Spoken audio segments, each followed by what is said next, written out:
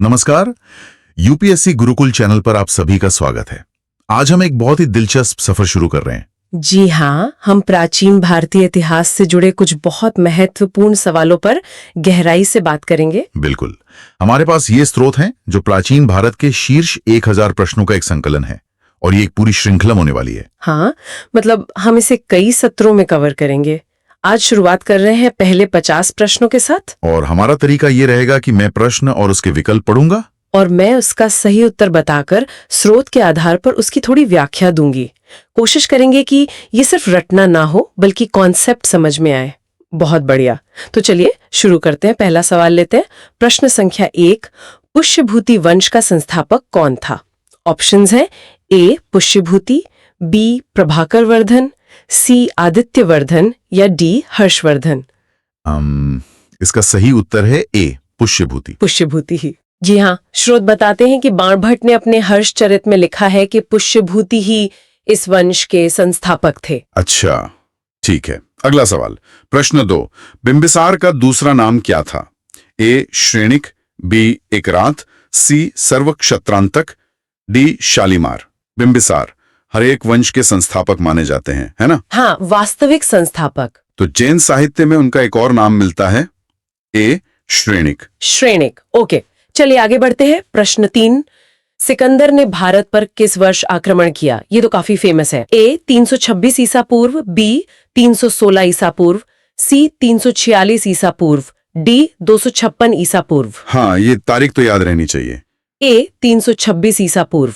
और इसी साल वो हाइडास्पिस का युद्ध भी हुआ था पोरस के साथ। बिल्कुल, झेलम नदी के किनारे सिकंदर और पोरस के बीच। ठीक है। अब प्रश्न 4 पर आते हैं। संगम युग में भारतम नाम की पुस्तक किसने लिखी थी? ए पेरुंदेवनार, बी मणिमेकलई, सी सीतलई साथनार, डी तिरुत्कव देव। संगम साहित्य से जुड़ा सवाल है ये। भारतम लिखी थी ए पेरुंदेवनार ने। पेरुंदेवनार। चलिए अब वैदिक काल की तरफ चलते हैं। प्रश्न 5, वैदिक यज्ञों की सही व्यवस्था के लिए कौन सा वैदिक पुजारी सबसे अधिक जिम्मेदार था? ए होत्री, बी उद्गात्री, सी अध्वर्यु, डी नक्षत्र। वैदिक यज्ञ काफी जटिल होते थे और उनकी पूरी व्यवस्था, मतलब भूमि मापना, वेदी बनाना, सामग्री तैयार करना, ये सब जिम्मेदारी मुख्य रूप से सी अध्वर्युओं की होती थी। अच्छा, अध्वर्यु। हाँ। होत्री और उद्गात्री का क्या काम था? होत्री ऋग्वेद के मंत्रों का पाठ करते थे और उद्गात्री सामवेद के मंत्रों का गायन करते थे। समझ गया। ठीक है। प्रश्न 6, निम्नलिखित में से कौन से ऋग्वैदिक देवता तूफान स्टॉर्म का प्रतिनिधित्व करते थे? ए इंद्र, बी मरुत, सी वरुण, डी अपस। ऋग्वैदिक आर्य प्रकृति की शक्तियों की पूजा करते थे उनका मानवीकरण करके। तो तूफान के देवता थे बी मरुत। मरुत। इंद्र तो वर्षा के देवता थे शायद। हाँ, इंद्र वर्षा और युद्ध के देवता माने जाते थे। वरुण जल या नैतिक व्यवस्था के। ओके। प्रश्न 7, हेलियोडोरस जो एक यूनानी राजदूत था, वो किस इंडो ग्रीक राजा का दूत था? ए एंटिया सिलियस जिल्डास नाइकेफोरस, बी सेल्यूकस निकेटर, सी अलेक्जेंडर, डी कॉन्स्टेंटाइन। हेलियोडोरस, उसका गरुड़ स्तंभ भी है बेसन नगर में। वो राजा ए एंटिया सिलियस नाइकेफोरस का राजदूत था। और ये किसके दरबार में आया था? ये शुंग राजा भागभद्र के दरबार में विदिशा आया था और इसने वहां भागवत धर्म अपना लिया था। अच्छा, दिलचस्प है। प्रश्न 8, सिलोन के बौद्ध राजा मेघवर्मन को बोध गया में एक मठ बनाने की अनुमति किस गुप्त शासक ने दी थी? ए समुद्रगुप्त, बी कुमारगुप्त, सी स्कंदगुप्त, डी चंद्रगुप्त द्वितीय। ये अनुमति दी थी ए समुद्रगुप्त ने। समुद्रगुप्त ने, मतलब गुप्त काल में दूसरे देशों से भी संबंध थे। जी हाँ, काफी। समुद्रगुप्त ने सीलोन के राजा मेघवर्मन के अनुरोध को स्वीकार किया था। ठीक है। प्रश्न 9, हर्षवर्धन हर 5 साल में अपनी सारी संपत्ति किस स्थान पर एक सभा में दान कर देता था? ये भी काफी प्रसिद्ध घटना है। ए उज्जैन, बी बनारस, सी प्रयाग, डी कन्नौज। हाँ, हर्षवर्धन अपनी दानशीलता के लिए जाने जाते थे। वो हर 5 साल पर सी प्रयाग में, मतलब आज के इलाहाबाद में, एक महामोक्ष परिषद का आयोजन करते थे और सब कुछ दान कर देते थे। सब कुछ मतलब अपने वस्त्र पे भी? कहा जाता है कि हाँ, अंत में अपने बहन राज्यश्री से वस्त्र मांगकर पहनते थे। विनसांग ने इसका वर्णन किया है। वाह। अच्छा, प्रश्न 10 पर आते हैं। प्राचीन भारत में निष्क शब्द का संबंध किससे था? ए फसल, बी कर, सी मुद्रा, डी औजार। निष्क ये जुड़ा था सी मुद्रा से। मुद्रा से? मैंने कहीं पढ़ा था कि ये पहले शायद हार जैसा कुछ था। हाँ बिल्कुल, वैदिक काल में निष्क शायद गले में पहनने वाला सोने का आभूषण था। बाद में संभवतः ये सिक्के या एक निश्चित मूल्य की इकाई के रूप में इस्तेमाल होने लगा। अच्छा, तो मतलब शब्द का अर्थ समय के साथ विकसित हुआ। जी। चलिए अब इतिहास लेखन पर कुछ सवाल। प्रश्न 11, इतिहास का पितामह किसे कहा जाता है? A Robert Bruce Foote, B Herodotus, C James Prinsep, D Kautilya.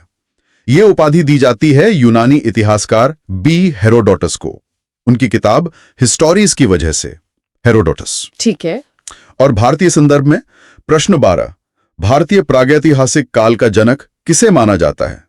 A Robert Bruce Foote, B Herodotus, C Alexander Cunningham, D Dayaram Sahni. भारत में प्री हिस्ट्री के अध्ययन की शुरुआत का श्रेय जाता है ए रॉबर्ट ब्रूसफुट को। क्यों? उन्होंने ऐसा क्या किया था? उन्होंने 1863 में मद्रास के पास पल्लवरम नाम की जगह पर भारत का पहला पाषाणकालीन औजार, एक हैंड एक्स, खोजा था। यहीं से भारत में प्रागैतिहासिक खोजों का सिलसिला शुरू हुआ। अच्छा, 1863 में। ओके। प्रश्न 13, ये जो शब्द है इतिहास, ये किस यूनानी शब्द से बना है? ए हिस्ट्री, बी हिस्टोरिया, सी एनो डोमिनी, डी प्रोटो हिस्ट्री। ये यूनानी शब्द बी हिस्टोरिया से आया है। हिस्टोरिया, इसका मतलब क्या होता है? इसका मतलब होता है जानना, पूछना, जांच पड़ताल करना। तो इतिहास एक तरह से अतीत की जांच ही है। सही है। अब इतिहास के वर्गीकरण पर आते हैं। प्रश्न 14, इतिहास के वर्गीकरण के अनुसार पाषाण काल, स्टोन एज, किस कालखंड के अंतर्गत आता है? ए प्रागैतिहासिक काल, प्री हिस्ट्री, बी आद्य ऐतिहासिक काल, प्रोटो हिस्ट्री, सी ऐतिहासिक काल, हिस्टोरिक पीरियड, डी मध्यकाल, मिडीवल पीरियड। पाषाण काल यानी जब पत्थर के औजार इस्तेमाल होते थे, वो आता है ए प्रागैतिहासिक काल के तहत। प्रागैतिहासिक मतलब वो समय जब लिखने की कला नहीं थी, जिसकी जानकारी हमें सिर्फ पुरातात्विक स्रोतों जैसे औजारों, हड्डियों, गुफा चित्रों से मिलती है। कोई लिखित रिकॉर्ड नहीं है। समझ गया। तो फिर सिंधु घाटी सभ्यता। प्रश्न 15, इसे किस कालखंड में रखा जाता है? ए प्रागैतिहासिक काल, बी आद्य ऐतिहासिक काल, सी ऐतिहासिक काल, डी लौह युग। सिंधु घाटी सभ्यता एक क्लासिक उदाहरण है। बी आद्य ऐतिहासिक काल का, प्रोटो हिस्ट्री। प्रोटो हिस्ट्री क्यों? वहां तो लिपि मिली है ना? हाँ, लिपि तो मिली है, पर हम उसे अभी तक पढ़ नहीं पाए। तो लिखित साक्ष्य है पर अपठित, इसीलिए ये प्रागैतिहासिक कोई लिखित साक्ष्य नहीं और ऐतिहासिक पठित लिखित साक्ष्य के बीच का काल है। अच्छा, ये फर्क समझना जरूरी है। ओके। अब थोड़ा भारत के नाम और भाषा पर। प्रश्न 16, भारत के संविधान के किस अनुच्छेद में देश के दो औपचारिक नाम भारत और इंडिया का उल्लेख है? ए अनुच्छेद 1, बी अनुच्छेद 2, सी अनुच्छेद 14, डी अनुच्छेद 21। ये हमारे संविधान के पहले ही अनुच्छेद में है। ए अनुच्छेद 1। क्या लिखा है उसमें? उसमें लिखा है India that is Bharat shall be a union of states, यानी इंडिया जो कि भारत है, राज्यों का एक संघ होगा। ठीक है, तो ये नाम इंडिया हमें किसने दिया? प्रश्न 17, ए पारसियों ने, बी यूनानियों ने, सी अरबों ने, डी अंग्रेजों ने। ये नाम हमें बी यूनानियों से मिला है। यूनानियों से कैसे? वो लोग सिंधु नदी को इंडस कहते थे। उसी आधार पर इस नदी के पार के पूरे क्षेत्र को उन्होंने इंडिया कहना शुरू कर दिया। अच्छा, और फारसियों ने क्या कहा था? फारसी लोग स को ह बोलते थे, तो वो सिंधु को हिंदू और इस क्षेत्र को हिंदुस्तान कहते थे। ओके, अब भाषा पर आते हैं। प्रश्न 18, उत्तर भारत में मुख्य रूप से किस भाषा परिवार की भाषाएं बोली जाती हैं? ए द्रविड़ परिवार, बी भारोपीय परिवार, सी चीनी तिब्बती परिवार, डी ऑस्ट्रिक परिवार। उत्तर भारत में जो भाषाएं हैं जैसे हिंदी, पंजाबी, बंगाली, मराठी, गुजराती, ये सब बी भारोपीय यानी इंडो यूरोपियन भाषा परिवार का हिस्सा हैं। और दक्षिण भारत में? दक्षिण भारत में मुख्य रूप से द्रविड़ भाषा परिवार की भाषाएं हैं जैसे तमिल, तेलुगु, कन्नड़, मलयालम। विंध्य पर्वत को अक्सर इन दो क्षेत्रों के बीच की सीमा माना जाता है। ठीक है, अब चलते हैं वैदिक साहित्य की ओर। प्रश्न 19। वेद, ब्राह्मण ग्रंथ, आरण्यक और उपनिषद ये किस साहित्य के अंग है? ए स्मृति साहित्य, बी श्रुति साहित्य, सी लौकिक साहित्य, डी संगम साहित्य। ये चारों मिलकर कहलाते हैं बी श्रुति साहित्य। श्रुति मतलब सुना हुआ। हाँ, माना जाता है कि ये ज्ञान ईश्वर द्वारा ऋषियों को सुनाया गया था और फिर गुरु शिष्य परंपरा में सुनकर ही आगे बढ़ाया गया। लिखने का चलन बाद में आया। स्मृति साहित्य वो है जो बाद में याद करके लिखा गया, जैसे पुराण, धर्मशास्त्र, रामायण, महाभारत। अच्छा। और वेदों में भी पहले 3 वेदों का एक खास नाम है। प्रश्न 20। ऋग्वेद, सामवेद और यजुर्वेद को सम्मिलित रूप से क्या कहा जाता है? ए वेदांग, बी वेदत्रयी, सी प्रस्थानत्रयी, डी संहिता। इन तीनों को मिलाकर कहते हैं बी वेदत्रयी। वेदत्रयी। अथर्ववेद इसमें क्यों नहीं है? क्योंकि अथर्ववेद की विषय वस्तु थोड़ी अलग है। वेदत्रयी में मुख्य रूप से यज्ञ, देवस्तुति और दार्शनिक बातें हैं। अथर्ववेद में इनके अलावा जादू टोना, औषधि, सामान्य जीवन से जुड़ी बातें भी हैं और इसे थोड़ा बाद का भी माना जाता है। ओके, संगीत की बात आई तो प्रश्न 21। किस वेद को भारतीय संगीत का प्राचीनतम ग्रंथ कहा जाता है? ए ऋग्वेद, बी यजुर्वेद, सी सामवेद, डी अथर्ववेद। ये कहा जाता है सी सामवेद को। सामवेद को क्यों? क्योंकि इसमें ज्यादातर मंत्र ऋग्वेद से ही लिए गए हैं, लेकिन उन्हें गाने योग्य बनाया गया है। यज्ञों के समय उद्गात्री पुरोहित इन्हें गाते थे। भारतीय संगीत के 7 स्वरों सा रे गा मा का सबसे पहला उल्लेख यही मिलता है। अच्छा, तो संगीत की जड़ें सामवेद में है। ठीक है, प्रश्न 23 पर आते हैं। सवाल 22 स्रोत में नहीं है। ऋग्वेद के तीसरे मंडल में किसका उल्लेख है? ए सोम देवता, बी वर्ण व्यवस्था, सी गायत्री मंत्र, डी दशराग्य युद्ध। ऋग्वेद के तीसरे मंडल में उल्लेख है प्रसिद्ध सी गायत्री मंत्र का। गायत्री मंत्र ये किसको समर्पित है और किसने रचा था? ये देवी सावित्री को समर्पित है, जो सूर्य से संबंधित देवी मानी जाती हैं, और इसकी रचना का श्रेय ऋषि विश्वामित्र को दिया जाता है। विश्वामित्र। ओके, अब वर्ण व्यवस्था की बात। प्रश्न 24। ऋग्वेद के 10वें मंडल के पुरुष सूक्त में पहली बार किसका उल्लेख मिलता है? ए दशराज्य युद्ध, बी वर्ण व्यवस्था, सी सोम देवता, डी विवाह सूक्त। वर्ण व्यवस्था का पहला स्पष्ट उल्लेख हमें ऋग्वेद के 10वें मंडल के बी पुरुष सूक्त में मिलता है। पुरुष सूक्त, इसमें क्या कहा गया है? इसमें एक विराट पुरुष की कल्पना की गई है और कहा गया है कि उसके मुख से ब्राह्मण, भुजाओं से क्षत्रिय, जांघों से वैश्य और पैरों से शूद्र उत्पन्न हुए। ये एक प्रतीकात्मक वर्णन है। प्रतीकात्मक। ठीक है, अब उपनिषदों पर चलते हैं। प्रश्न 25। यम और नचिकेता का संवाद किस उपनिषद में मिलता है? ये कहानी आप ही सुनी है। ए छांदोग्य उपनिषद, बी बृहदारण्यक उपनिषद, सी कठोपनिषद, डी मुंडक उपनिषद। ये बहुत ही गहरा दार्शनिक संवाद है मृत्यु और आत्मा के बारे में। ये मिलता है सी कठोपनिषद में। कठोपनिषद ये किस वेद से जुड़ा है? ये कृष्ण यजुर्वेद का उपनिषद है। ओके। और हमारा राष्ट्रीय आदर्श वाक्य प्रश्न 26, सत्यमेव जयते किस उपनिषद से लिया गया है? ए छांदोग्य उपनिषद, बी मुंडक उपनिषद, सी कठोपनिषद, डी ईश उपनिषद। सत्यमेव जयते यानी सत्य की ही विजय होती है, ये लिया गया है बी मुंडक उपनिषद से। मुंडक उपनिषद ये किस वेद का हिस्सा है? ये अथर्ववेद से संबंधित है। अथर्ववेद से। ठीक है, अब वेदों को समझने के लिए कुछ सहायक अंग भी हैं। प्रश्न 27। वेदों को भली भांति समझने के लिए रचे गए वेदांगों की कुल संख्या कितनी है? ए 4, बी 6, सी 8 और डी 108। वेदों को ठीक से समझने के लिए बी 6 वेदांगों की रचना की गई। 6 कौन कौन से? रुक्त, शब्दों की व्युत्पत्ति, छंद और ज्योतिष। अच्छा, ये 6 वेदांग हैं। ठीक है, अब पुराणों पर आते हैं। प्रश्न 28। पुराणों के रचयिता किन्हें माना जाता है? ए. वेदव्यास, बी. वाल्मीकि, सी. लोमहर्ष और उग्रश्रवा, डी. पाणिनि।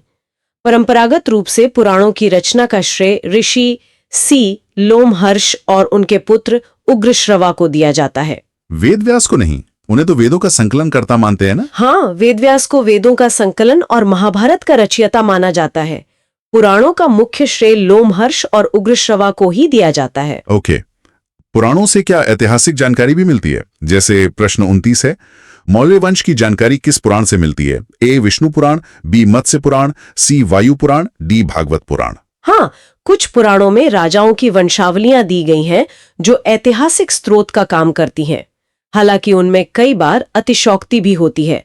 मौर्य वंश की जानकारी के लिए ए. विष्णु पुराण महत्वपूर्ण है और मत्स्य और वायु पुराण? मत्स्य पुराण से आंध्र सातवाहन वंश की जानकारी मिलती है और वायु पुराण से गुप्त वंश की।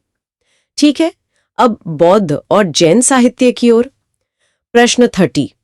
बुद्ध चरित, जिसे बौद्धों का रामायण कहा जाता है, इसके रचनाकार कौन थे? ए. नागार्जुन, बी. अश्वघोष, सी. वसुमित्र, डी. बुद्धघोष। बुद्ध चरित एक बहुत सुंदर महाकाव्य है संस्कृत में। इसके रचयिता थे बी. अश्वघोष। अश्वघोष ये किसके समय में थे? ये कुषाण राजा कनिष्क के समकालीन थे। उनके दरबारी कवि थे। अच्छा, अब बौद्ध धर्म का जो मूल साहित्य है त्रिपिटक। प्रश्न 31, ये मुख्य रूप से किस भाषा में लिखा गया है? ए. संस्कृत, बी. प्राकृत, सी. पाली, डी. अपभ्रंश। त्रिपिटक, जिसमें सुत्त पिटक, विनय पिटक और अभिधम्म पिटक आते हैं, वो मुख्य रूप से सी. पाली भाषा में लिखे गए हैं। पाली में क्यों? संस्कृत में क्यों नहीं? पाली उस समय आम लोगों की बोलचाल की भाषा के ज्यादा करीब थी। बुद्ध चाहते थे कि उनके उपदेश ज्यादा से ज्यादा लोगों तक पहुंचे, इसलिए शायद पाली को चुना गया। सही है। क्या इन ग्रंथों में उस समय के भारत की राजनीतिक जानकारी भी मिलती है? जैसे प्रश्न 32, 16 महाजनपदों की सूची किस बौद्ध ग्रंथ में मिलती है? ए. खुद्दक निकाय, बी. अंगुत्तर निकाय, सी. विनय पिटक, डी. कथावस्तु। हाँ, मिलती है। सुत्त पिटक के 5 निकाय हैं, उनमें से एक है बी. अंगुत्तर निकाय। इसी में गौतम बुद्ध के समय के 16 महाजनपदों की सूची दी गई है। अंगुत्तर निकाय ये बहुत महत्वपूर्ण स्रोत है उस काल के लिए। ठीक है, अब जैन धर्म पर आते हैं। प्रश्न 33, जैन धर्म का प्रारंभिक इतिहास किस ग्रंथ में वर्णित है? ए. भगवती सूत्र, बी. कल्प सूत्र, सी. परिशिष्ट पर्वन, डी. आचारांग सूत्र। जैन धर्म के शुरुआती इतिहास और तीर्थंकरों के जीवनियों के लिए सबसे महत्वपूर्ण ग्रंथ है बी. कल्प सूत्र। कल्प सूत्र, और इसके रचयिता? इसकी रचना का श्रेय आचार्य भद्रबाहु को दिया जाता है। भद्रबाहु। ओके, अब कुछ गैर धार्मिक लेकिन बहुत महत्वपूर्ण ग्रंथों की बात करते हैं। प्रश्न 34, कौटिल्य ने जो अर्थशास्त्र लिखा उसका मुख्य विषय क्या है? नाम से तो लगता है इकोनॉमिक्स होगा।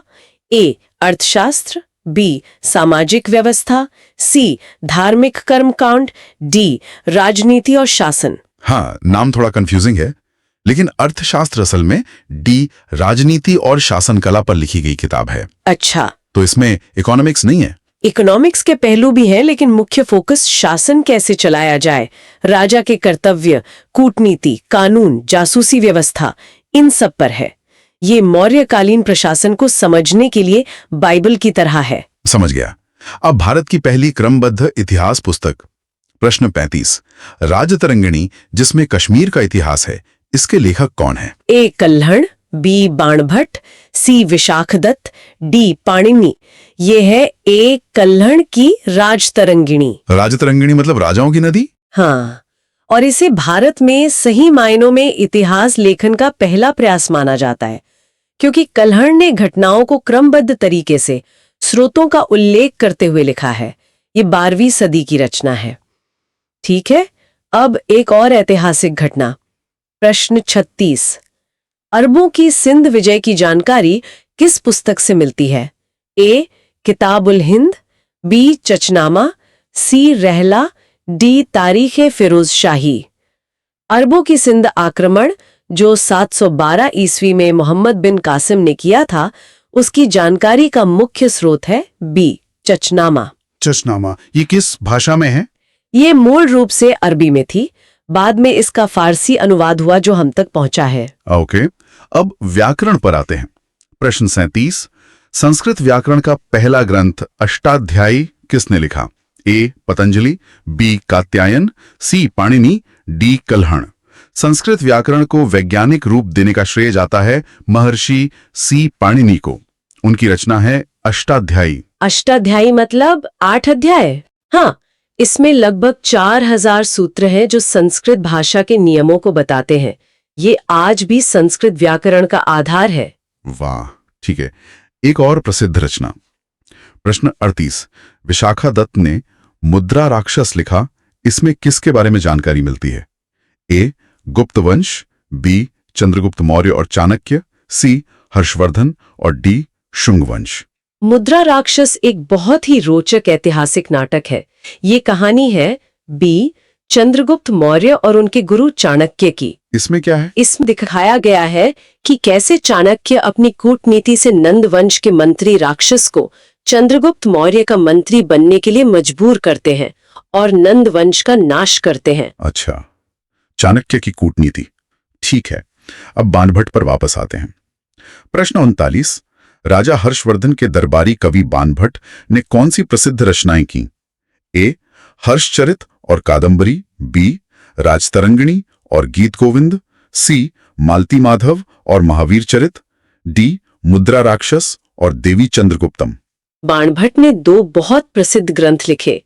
एक तो अपने आश्रयदाता राजा हर्ष की जीवनी ए हर्षचरित और दूसरी कादंबरी। कादंबरी क्या है? कादंबरी एक जटिल प्रेम कहानी है जिसे संस्कृत गद्य का शिखर माना जाता है। कुछ लोग तो इसे दुनिया का पहला उपन्यास भी कहते हैं। पहला उपन्यास। अब विदेशी यात्रियों की बात करते हैं। प्रश्न 40, चीनी यात्री फाहियान किस गुप्त सम्राट के शासनकाल में भारत आया था? ए चंद्रगुप्त प्रथम, बी समुद्रगुप्त, सी चंद्रगुप्त द्वितीय, डी कुमारगुप्त। पहला महत्वपूर्ण चीनी यात्री जो भारत आया वो फाहियान ही था, और वो आया था सी चंद्रगुप्त द्वितीय, जिन्हें विक्रमादित्य भी कहते हैं, उनके समय में। वो यहाँ क्यों आया था? वो बौद्ध धर्म के ग्रंथों की खोज और पवित्र स्थानों की यात्रा करने आया था। उसने उस समय के भारतीय समाज, खासकर मध्य देश का वर्णन किया है। ठीक है। और दूसरा प्रसिद्ध चीनी यात्री? प्रश्न 41, हुएनसांग किस शासक के शासनकाल में भारत आया था? ए चंद्रगुप्त मौर्य, बी हर्षवर्धन, सी कनिष्क, डी अशोक। हुएनसांग, जिसे युआनचुआंग भी कहते हैं, वो आया था बी हर्षवर्धन के समय में। और उसने क्या किया यहाँ? वो काफी लंबे समय तक भारत में रहा, करीब 15 साल। उसने नालंदा विश्वविद्यालय में पढ़ाई की, पूरे भारत में घूमा, बौद्ध ग्रंथ जमा किए और अपनी यात्रा का विवरण सीयू की नाम की किताब में लिखा। सीयू की ये बहुत महत्वपूर्ण स्रोत है। ठीक है, अब मध्य एशिया से प्रश्न 42, अल-बरूनी जिसने किताब उल हिंद की रचना की, किसके साथ भारत आया था? ए मोहम्मद बिन कासिम, बी मोहम्मद गोरी, सी महमूद गजनवी, डी बाबर। अल-बरूनी एक बहुत बड़ा विद्वान था। वो सी महमूद गजनवी के साथ भारत आया था जब गजनवी ने यहाँ आक्रमण किए थे। और उसने क्या लिखा? उसने यहाँ संस्कृत सीखी, भारतीय दर्शन, विज्ञान, गणित, धर्म, समाज सबका अध्ययन किया और अरबी में एक किताब लिखी, तहकीक ए हिंद या किताब उल हिंद। ये 11वीं सदी के भारत को समझने के लिए एक बेहतरीन स्रोत है। तहकीक ए हिंद। ओके, अब एक अफ्रीकी यात्री। प्रश्न 43, इब्न बतूता जिसने किताबुर रहला लिखी, किस सुल्तान के शासनकाल में भारत आया था? A Ghiyasuddin Tughlaq, B Muhammad bin Tughlaq, C Firoz Shah Tughlaq, D Alauddin Khalji. Ibn Battuta Morocco से आया था। वो दिल्ली सल्तनत के सुल्तान बी मोहम्मद बिन तुगलक के समय में भारत आया था। और तुगलक ने उसे कोई पद भी दिया था। हाँ, सुल्तान उससे बहुत प्रभावित हुआ और उसे दिल्ली का काजी बना दिया। बाद में उसे चीन में राजदूत बनाकर भी भेजा। उसकी किताब है रहला, मतलब यात्रा वृत्तांत। रहला, ठीक है, अब इतिहास जानने के एक और बहुत महत्वपूर्ण स्रोत पर आते हैं, अभिलेख। प्रश्न 44, अभिलेखों के अध्ययन को क्या कहा जाता है? ए, न्यूमिस्मैटिक्स, बी, पैलियोग्राफी, सी, एपिग्राफी, डी, आर्कियोलॉजी। अभिलेखों यानी पत्थरों या धातुओं पर खुदे लेखों के अध्ययन को कहते हैं सी, एपिग्राफी। और न्यूमिस्मेटिक्स क्या है? न्यूमिस्मैटिक्स है सिक्कों का अध्ययन, पैलियोग्राफी पुरानी लिपियों का अध्ययन है, और आर्कियोलॉजी तो पुरातत्व विज्ञान है ही जिसमें ये सब आता है। ठीक है, प्रश्न 45, विश्व का सबसे पुराना अभिलेख किसे माना जाता है जिसमें वैदिक देवताओं का उल्लेख है? ए, हाथी गुम्फा अभिलेख, बी, जूनागढ़ अभिलेख, सी, बोगसकोई अभिलेख, डी, प्रयाग प्रशस्ति। दुनिया का सबसे पुराना अभिलेख जिसमें वैदिक देवताओं इंद्र, वरुण, मित्र, नासत्य का जिक्र है वो है सी, बोगसकोई अभिलेख। बोगसकोई ये कहाँ मिला है? ये एशिया माइनर यानी आज के तुर्की में मिला है। ये लगभग 1400 ईसा पूर्व का है। इसमें हित्ती और मितानी कबीलों के बीच संधि का वर्णन है। और इसमें वैदिक देवताओं का नाम क्यों है? ये एक बड़ा सवाल है। इससे अनुमान लगाया जाता है कि शायद आर्यों का मूल निवास या उनका प्रभाव मध्य एशिया तक था। दिलचस्प। अब भारत में आते हैं। प्रश्न 46, सम्राट अशोक के अभिलेखों को सबसे पहले किसने पढ़ा था? A, Alexander Cunningham, B, James Prinsep, C, Joseph Tieffenthaler, D, John Marshall. Ashoka के अभिलेख जो ज्यादातर ब्राह्मी और खरोष्टी लिपि में थे उन्हें सबसे पहले पढ़ने में सफलता पाई थी बी, जेम्स प्रिंसिप ने 1837 में। जेम्स प्रिंसिप, ये भारतीय इतिहास के लिए एक बहुत बड़ी खोज थी। बिल्कुल, इससे अशोक और मौर्य काल के बारे में हमारी जानकारी एकदम बदल गई। ठीक है, कुछ और अभिलेख। प्रश्न 47, हाथी गुम्फा अभिलेख का संबंध किस शासक से है?